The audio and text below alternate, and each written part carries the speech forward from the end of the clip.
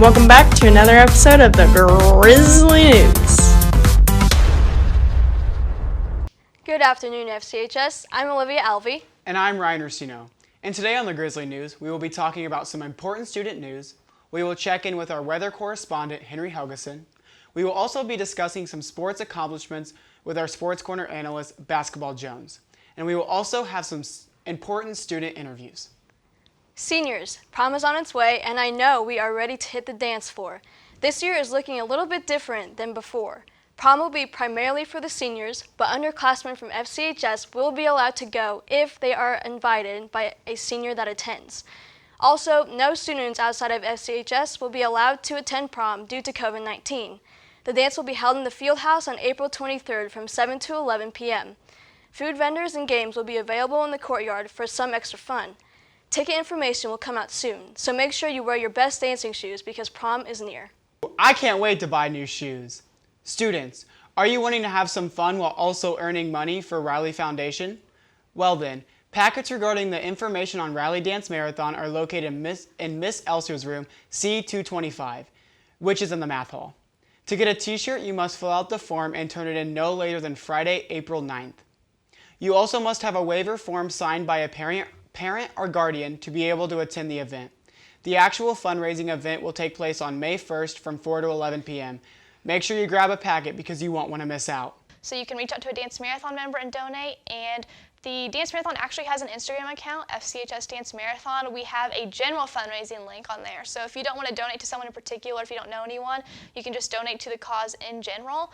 We also accept donations in Mrs. Brown and Mrs. Elser's room in the upstairs C hallway. If people want to bring cash or check to the school, they can do that as well. And then just obviously attending the main event is a great way, and we accept donations there as well. Aren't you glad the weather is starting to get warmer by the second?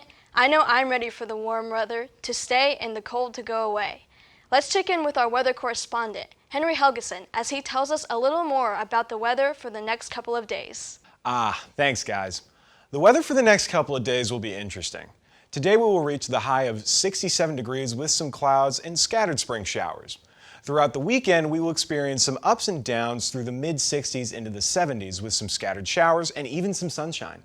Going into next week, you can plan for roughly the same type of weather. Some showers in our future, so make sure you pack a raincoat and make sure to close your sunroof after enjoying the sunny days. That is all for the weather. Now it is back to the desk with Olivia and Ryan. Thank you, Henry. Dang, I only like rain when I don't have to drive in it. Students, on February 27th, the show choirs kicked off their season with a doubleheader at Franklin Central in the morning and then Beech Grove at night. At Franklin Central, the FCHS show choirs, unfortunately, both groups did not place, but their high spirits carried into the night, where Franklin's Heritage Singers was awarded Grand Champion with Best Vocals, and Sensations placing third overall. The next week, the Franklin show choirs traveled to Avon High School and competed throughout the day. Heritage Singers brought home a sixth place finish on the day, with Caitlin Dickey being awarded Best Female Soloist in a Show in the large mixed division, and Sensations bringing home a fifth place finish overall. The Franklin show choirs will wrap up their season at Lawrence North High School this weekend.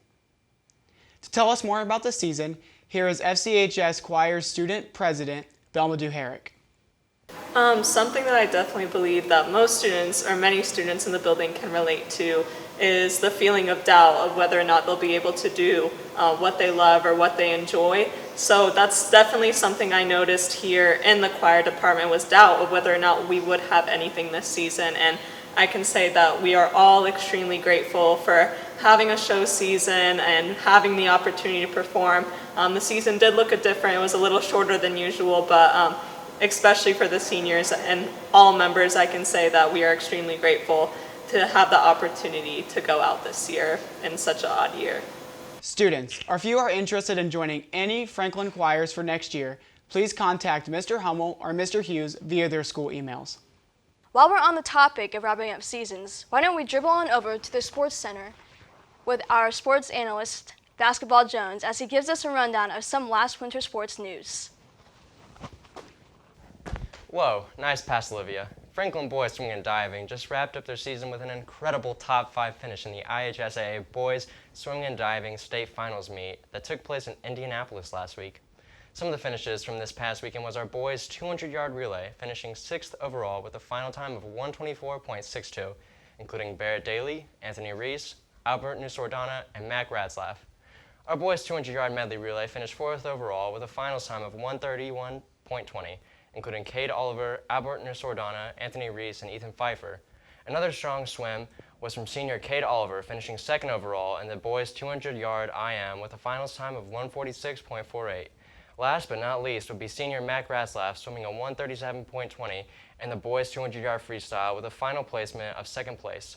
Those strong swims from the whole team pushed the Franklin boys straight into 4th place. Congrats, boys, on your success, and congrats to Coach Zach DeWitt. Emails about spring sports are out and practices have already started, so make sure you don't miss out on competing this spring. Also, Unified Track and Field started practices on Monday, March 8th. Coach Anderson and the assistant coach created a great and comfortable atmosphere for the student-diverse body. The athletes competing are excited to give this season their all and work very hard, especially on game day Fridays. We hope to see more student athletes join the team and compete with this year. Well, that wraps it up for us in the Sports Corner. Now it is back to the desk with Olivia and Ryan. Students, this Sunday at 2 a.m., we will spring forward into the daylight savings time. Make sure to go to bed an hour early because you're going to lose an hour of sleep starting at 2 a.m. Daylight savings time will end on Sunday, November 7th. Congratulations to all of our FCHS students that competed in the BPA competition. Some great results came in just a couple days ago. Belmadou Herrick competed in presentation management individuals and placed 3rd overall and secured her a seat on the national stage. Another great finish was the group of Carly Woodward, Megan Thompson, and Lauren Sandrock, placing 2nd overall, and financial analysis team that also secured them a seat on the national stage. Congratulations again to all the students that competed in the BPA competition this year. Well, that's it for us in the studio on this segment of the Grizzly News. I'm Olivia Alvey. And I'm Ryan Racino. And have a great rest of your day and a wonderful week in FCHS.